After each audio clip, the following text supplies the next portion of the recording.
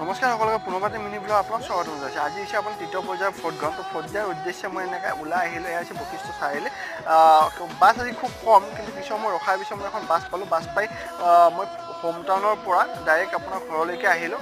ঘৰত আহি মই ডাইৰেক্ট আহিছোঁ আপোনাৰ খেতিখিনি চাবৰ কাৰণে, কাৰণ বহুত দিন মই খেতিখিনি দেখা নাই। এই অমিতা পুলিকেইটা যে আনিছিলোঁ, কিছু ডাঙৰ হৈছে পুলিকেইটা।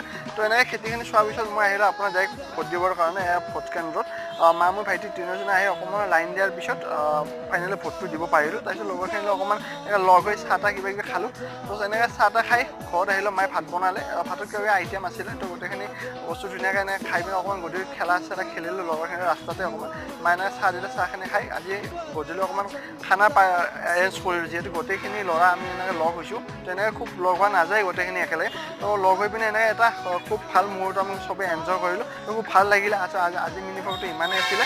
আশা কৰিছোঁ আপোনাৰ ভাল পাব। তো গুড নাইট।